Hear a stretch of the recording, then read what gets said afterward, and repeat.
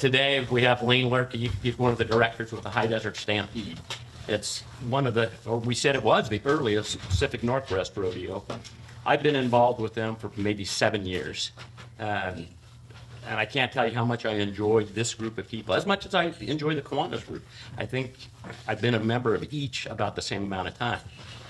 I like to get cowboyed up. I didn't wear my hat because I only wear it at the rodeo.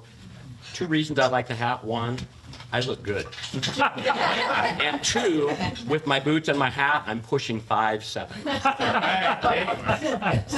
If you remember, in October, we had a gal speaking from the Rascal Rodeo, if you remember that. Yeah. And that is also a part of the High Desert Stampede. So with that, I give you Lane. All right, thank you.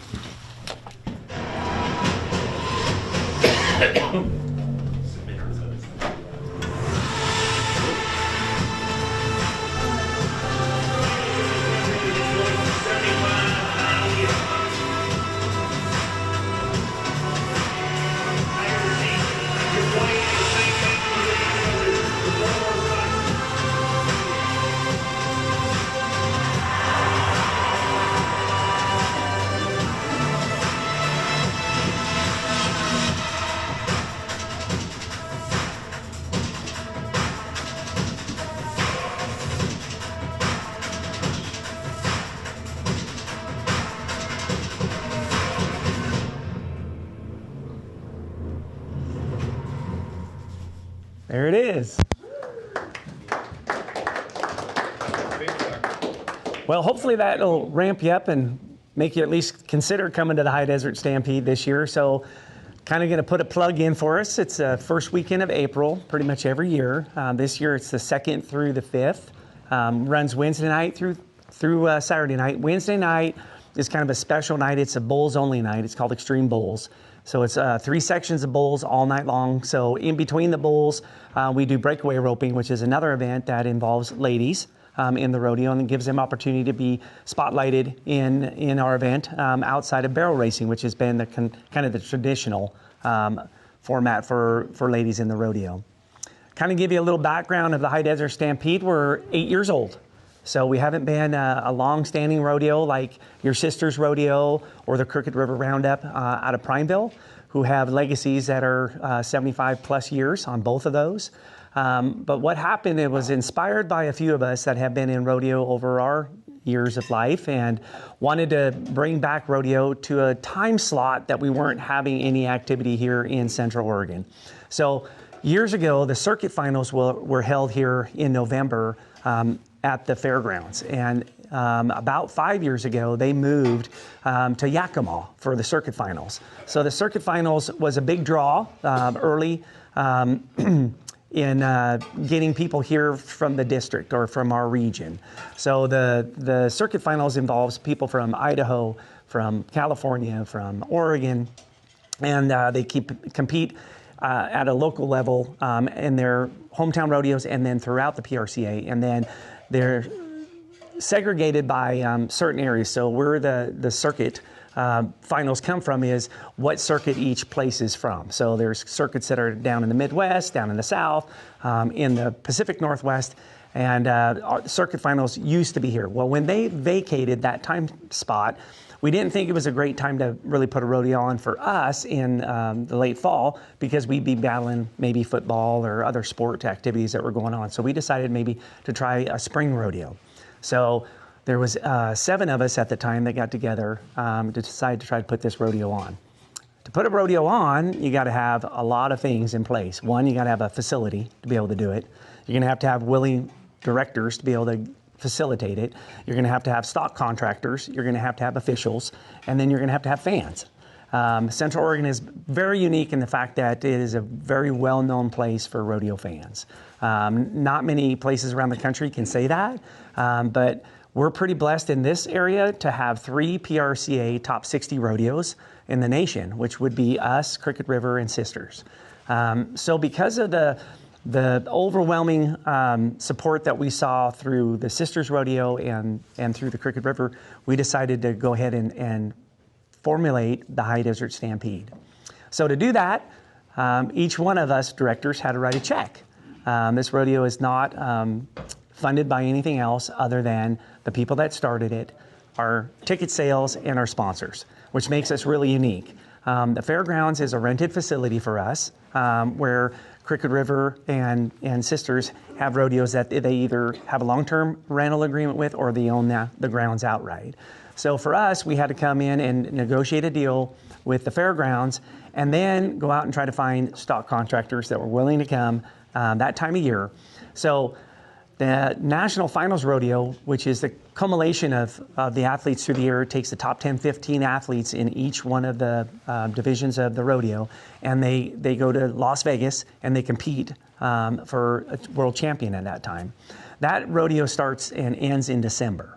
So there's really nothing that happens from January through early June here in the Northwest. So we wanted to kind of fit a time slot that was going to be, most attractive for getting cowboys here. New starts for a lot of them. The year has ended, so they've been off for a while. They're healthier. They got a little money in their pocket, and they're ready to hit the road. And so we invite them to Central Oregon to be a part of the rodeo. Over the years, it's been a building progress for us, right? So when we started out at our rodeo, when you saw the video, I don't know how many of you really paid attention to the setup of the arena, what it looked like, but a lot of banners, a lot of people in the stands, a lot of activity. 8 years ago, that looked very vacant. We had probably about a handful of sponsors, maybe 10 or 12 sponsors that actually had banners that were on the arena. And I think our goal at that time was to fundraise about $75,000 from sponsorship. So from that birth to where we are now, we have gone to where we pretty much sell out our sponsorship on our arena banners inside the arena, as well as mezzanine banners and different banners throughout their arena that just help build the ambiance of what the rodeo is. Our goals have been loftier for sponsorship because really what the rodeo consists of for us is the funds that we get from ticket sales, the funds that we get from the entries from the contestants, and then whatever sponsorship we can get to help put on the rodeo.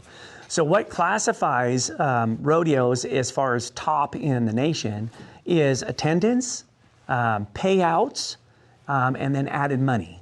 And so for us, starting this rodeo, we were at the very bottom of that, right? We were a brand new rodeo, and there's over 700 PRCA rodeos in the nation.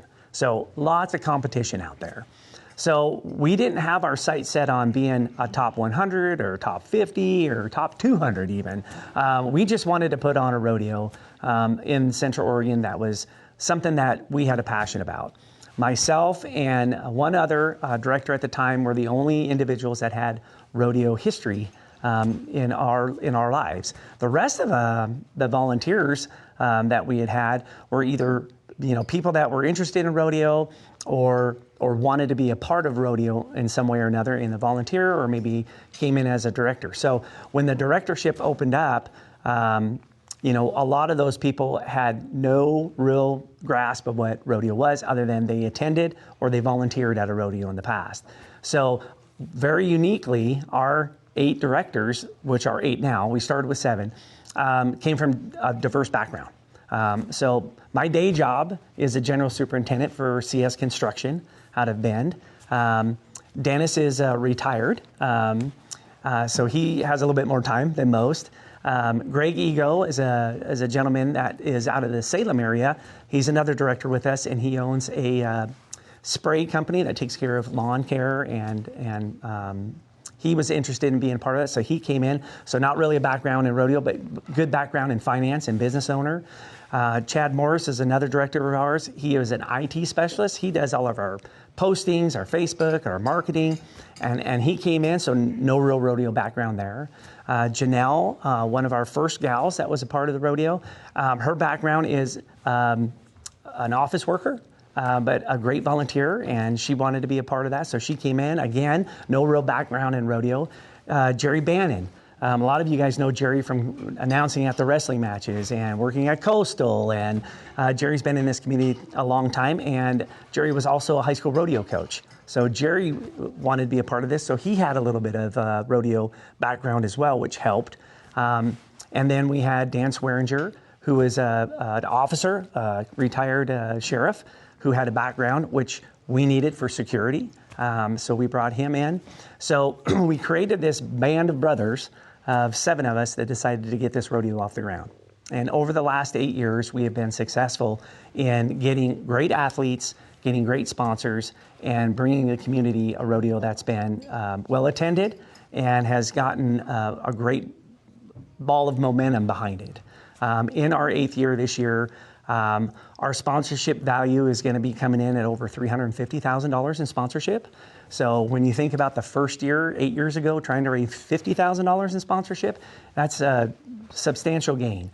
But because of that, what we're able to do is pay out more money to the athletes. And so when you put added money to your event, it attracts the better riders. They want to come and win more money. So instead of having guys that are maybe lower class riders trying to get their start, you're also attracting some of those that are the champions of the world. So we've been pretty blessed in the last 3 years to have pretty much a world champion in every one of our events at the High Desert Stampede. So we've grown from a rodeo that was just starting, hoping to have enough contestants to fill the slots in the rodeo, to now actually turning away contestants because we can't take any more because we're full. And at that point, also getting some of the world's best athletes at our rodeo. So I don't know how many of you guys have attended rodeos or are familiar with rodeos, but there are all kinds of events that happen in the rodeo. Obviously, we start off with bareback riding, steer wrestling, saddle bronc riding, team roping, calf roping, barrel racing, and bull riding. That was the standard for rodeos.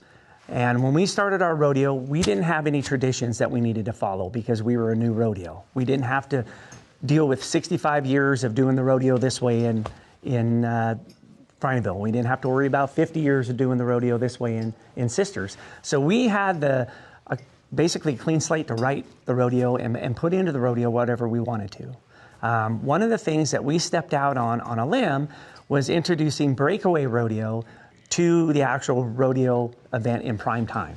So some of the rodeo activities, there is so many athletes that try to be a part of your rodeo that we have a section for them that's not during the performance. It's called slack. So an instance would be like we have barrel racing and we are allowed 15 contestants to barrel race during the rodeo performance. So we have 3 performances and each performance would have 15 barrel racers, right? Well, maybe 200 barrel racers wanted to sign up and come. We want them to come, we want them to participate, but we're not going to be able to have 200 barrel racers run in that time frame of the rodeo.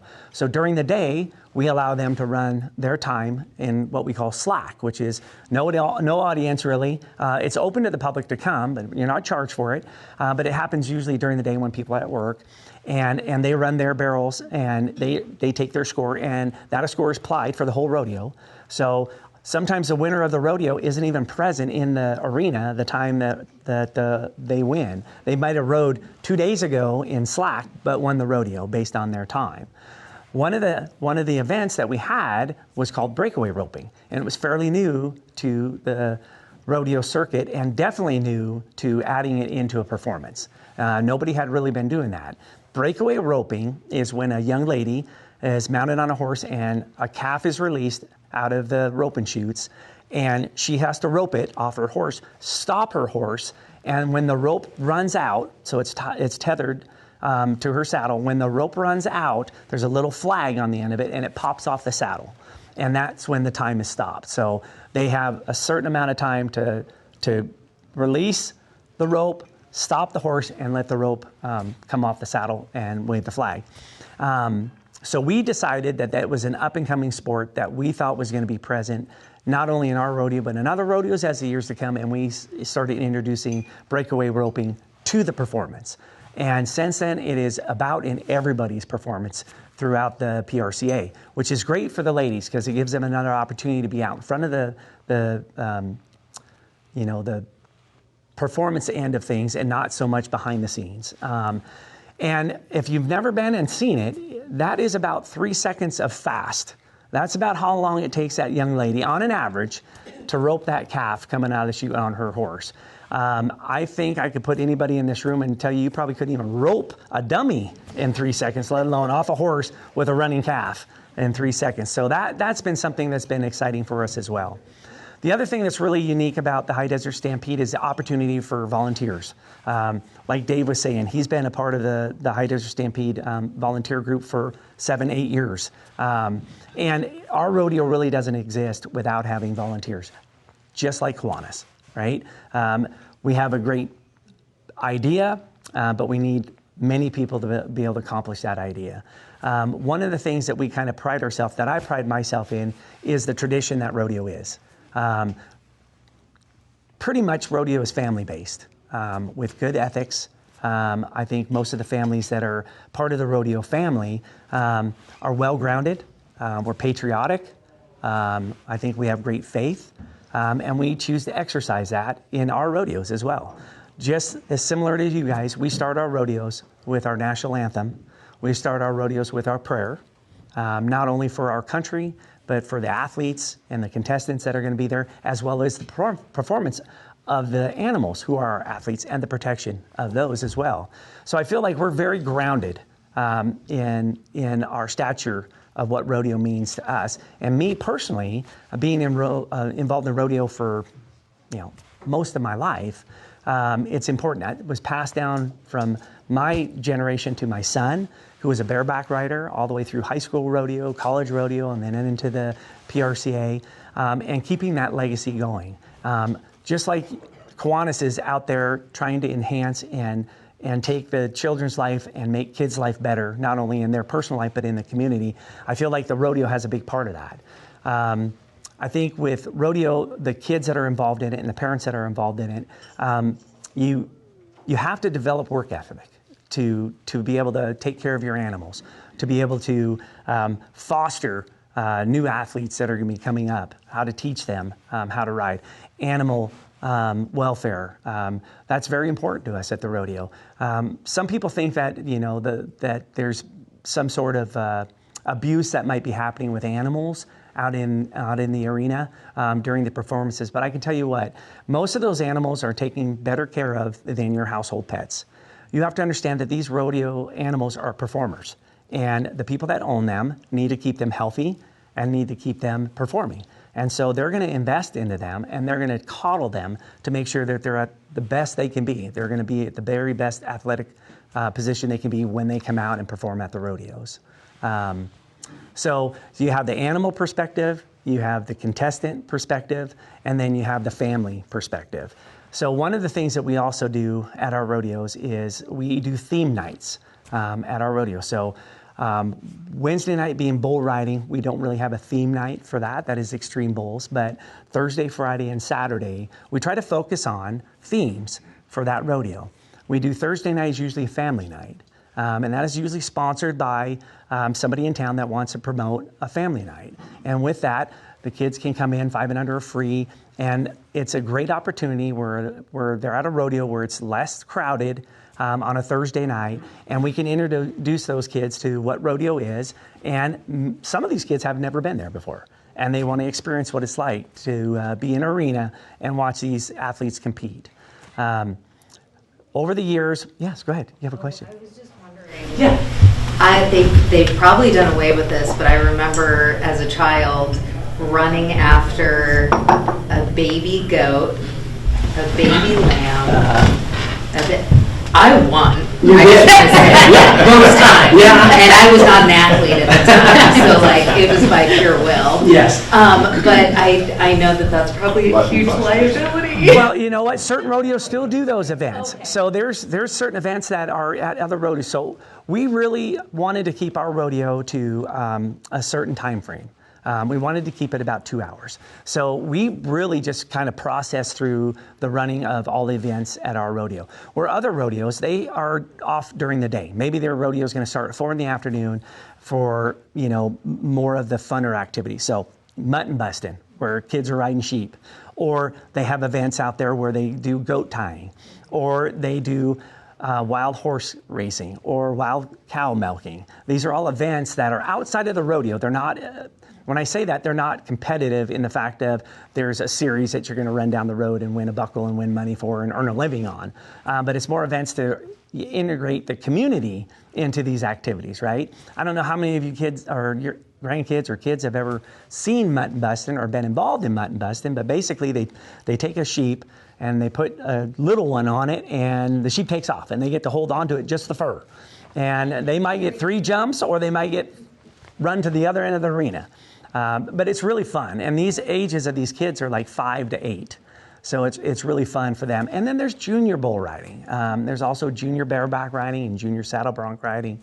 So there's lots of events. And I think what's cool about the rodeo family is these events are things that we introduce the kids to at a younger level, that if they gain interest, they have a pathway to becoming a professional athlete in whatever event they decide to choose. I think the other thing is just the camaraderie that you get in the rodeo community. If you're ever at an event and you watch some of the roping that goes on or some of the steer wrestling that goes on the event, you might see a horse that's carrying a rider come out, rope, and then that horse goes back. And then maybe 2 runs later, you see that same horse again. And then the next run, you see that same horse again. And you're like, is that the same horse doing the same thing, but with different guys on it? And it is, because a lot of these guys, they share their horses. And even though they're competing against the guy that's next to them for prize money and their welfare of life, they allow them to ride their horse to give them the best chance they can. And I think that's what's a little unique. You don't see that in other sports, I don't think, as prevalent. I'm an avid golfer. I love to golf. Outside of rodeo, those are just 2. I golf, I hunt, and I do rodeo. You never see me giving my putter to another guy and say, I think this one will work better. You know, it's not going to happen, right? And so I think there's a different camaraderie that's with that. It's a smaller group of people, and they really look out for each other. And I think that's what kind of makes rodeo special.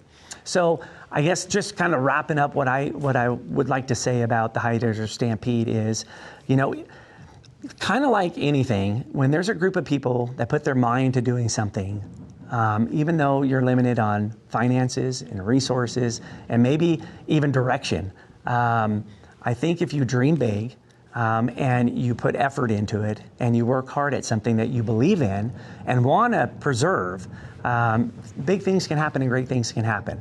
I believe that the reason that the High Desert Stampede has been successful is not only because of the core of the directors, but it's because of the passion of what they are. We mixed well together, but we also have the same vision and we share the same vision. And when we meet together, our vision isn't obstructed by 2 members thinking a different way than other 2 members are. We're generally on the same idea plane, and that just puts us in the right trajectory for moving forward. So I'm happy to say that over the last 8 years, we have grown to one of the top 60 rodeos in the nation. We're featured on the Cowboy Channel. On Wednesday and Thursday, we're live on it. On Saturday or Friday and Saturday, we're delayed by 45 minutes. But we are broadcast nationwide and worldwide on the Cowboy Channel, which is a huge thing. There's a lot of rodeos that don't get that TV attention, which is unique in this area because Crooked River, Sisters, and us are all featured on the Cowboy Channel, which makes it pretty unique. And the other thing is we work really well together as rodeo committees. You had some questions? Yeah. Can you explain your process for turning away contestants? How, is it the highest rank gets it, or first come first serve? Yeah. So the rankings in the PRCA are done by money, and so obviously those that are the higher ranking dollar earners are going to get first right of refusal, right, to come to the rodeo. And then after that, it is based on entries. Like if we have 50 spots, the first 30 that are filled after the first takers, the money winners, are taking it, then those are open. And so it's kind of like who's going to be here, who's not, and who wants to travel to sign up for it. So what's the total purse going to be approximately this year? So we have added money this year of $12,500, isn't it? $12,500 per event, I believe, is what we are at this year. So that means for every one of the events, we add another $12,500 to that purse. The overall payout, you're putting me on the spot here, I don't know. But it's up in the figures of over $250,000. Then do all like the extreme bowls, do all of those help qualify for the finals? Yes. Okay. So the Extreme Bowls is kind of it's a PRCA function, but it doesn't not qualify for the bull riding for the NFR. Okay. So that series is basically for rodeos, and then the Extreme Bowls does have a playoff series and a finals, but that is held in Pendleton. Yeah. So it is separate from the actual rodeo. What's the fee that the contestants pay to compete? It just depends on the rodeo, but you have entry fees. So say a saddle bronc rider wants to ride down at St. Paul, it might be $125 for him to enter that rodeo. And then he might go down to, San Antonio, and it might be $175 to enter that rodeo. So each rodeo is different based on what they're paying for their stock contractor, what they're paying for their facility, and what they charge them to bring those animals. So if I had one night I wanted to go to the rodeo, help me figure out what's the night I want to go. Well, that is a very good question. If you want to be able to see the rodeo and have elbow room, Thursday night is a great night. It's an off night of the week. Not everybody's looking at the weekend yet. It's family night, and there's usually room in the seats. Friday and Saturday nights, we sell out to standing room only, which means is all the seats are taken, and the mezzanine is full of people standing and watching the rodeo. It's electric, it's loud, it's rambunctious, it's off the charts great. So if you're looking to just enjoy the rodeo and not necessarily bump elbows and get your beer spilled, Thursday night would be great. If you want to get in there and jump and have a great time, Friday and Saturday are the nights to be there. But talk about Wednesday.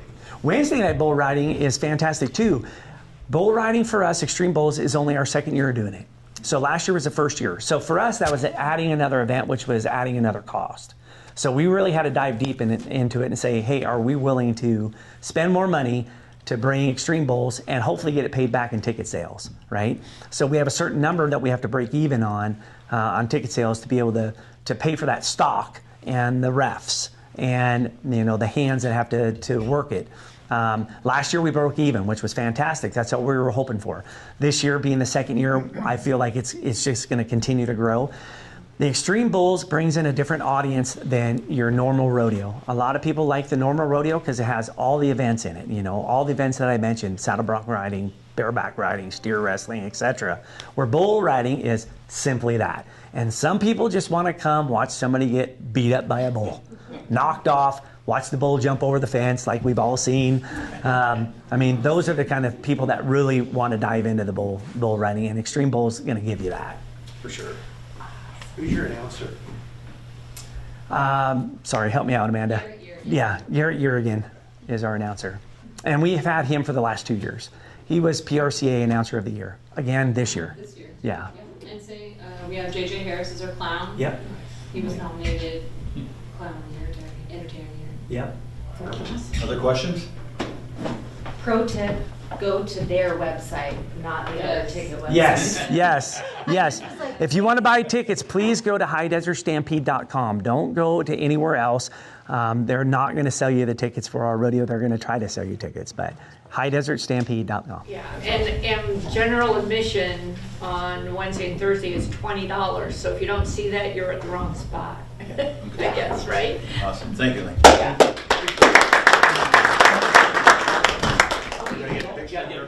Photo op And there's a very nice... a prize for coming. Thank you. All right. Ron needs a black cowboy hat. All right. Thank you, guys. You can probably buy a hat at the rodeo. Go to court. Thank you.